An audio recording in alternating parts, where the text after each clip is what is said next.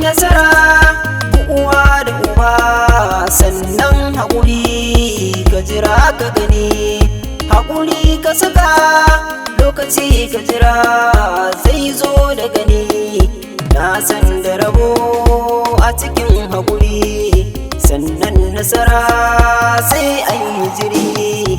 Kowai nasara ya yi haƙuri, wasu ne wahala wasu ko da wuri.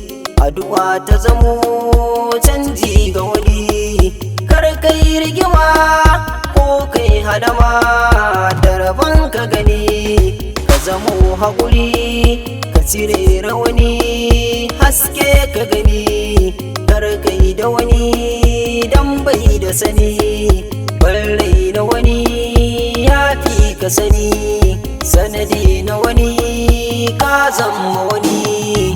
In kai haƙuri kai ma ka gani, sanadi na wani kai ma ka gani. Komai da sila haka ne na sani, an kushe wani ko nuna wani, aibanta wani don burge wani. Ƙarya aka ce ba ta da tsayi, ka zamo nagari sai kai ta dai. Muzanta wani kar kai ta dai, aiki nagari ka rike shi kai. Wata ran da rabo sa'ar ka ta yi, da rabon ka kana addu'a ka gani, canji ka gani haske ka gani. Sanadin haƙuri kaddara ta wani taimaka gani, babatun nasara amma ka gani. Sanadin haƙuri amma ka gani, nasara da rabo sai kai ta gani. Sanadin haƙuri ka zama wani, komai da sila haka ne na sani.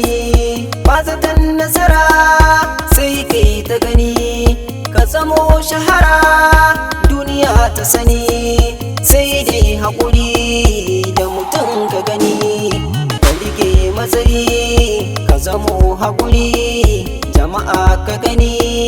Sai dai haƙuri kafin magana sai kai nazari, mafaɗin magana shi ke nazari. Nisan kai ke yi ma uzuri, lafiya mu sani ta girma gani. Sanadin halaka da ido mu gani, sanadi waraka Allah ka tuni shi ke da sani.